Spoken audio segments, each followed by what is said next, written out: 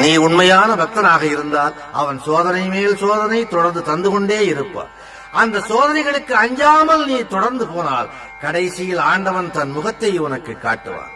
பிள்ளைக்கு சமைத்த கதை போன்ற கதைகளை விட்டுவிட்டு வாழ்க்கை தத்துவத்துக்கே வந்து ஆண்டவனை நீ பின்தொடர்ந்து பார்த்தால் கஷ்டங்கள் முழுவதிலேயும் அவன் அவ்வப்போது கண்ணுக்கு தெரிய மாட்டான்.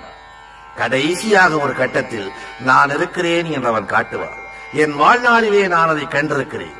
நான் நாஸ்திகனாக இருந்தவன் ஆஸ்திகனாக மாறினேன். எப்படி மாறினேன் என்றால் ஆண்டவன் என்னை சோதிக்கவில்லை, நானே என்னை சோதித்துக் கொண்டேன். சோதித்த துன்பங்களின் மூலமாக ஆண்டவனை உணர்ந்தேன். ஆண்டவன் மேலும் சோதித்தார். ஏற்கனவே இந்த சோதனையில் எனக்கு ஒரு பக்குவம் இருந்த காரணத்தாலே சிக்கன பிடித்தேன், தேவனே உன்னை செய்வதென்று இனி அறியேனே என்று பின்னாலே தொடர்ந்தேன். இன்று எனக்கு ஒரு தைரியம் இருக்கிறது, நிம்மதி இருக்கிறது, துணிச்சல் இருக்கிறது. மரணத்தை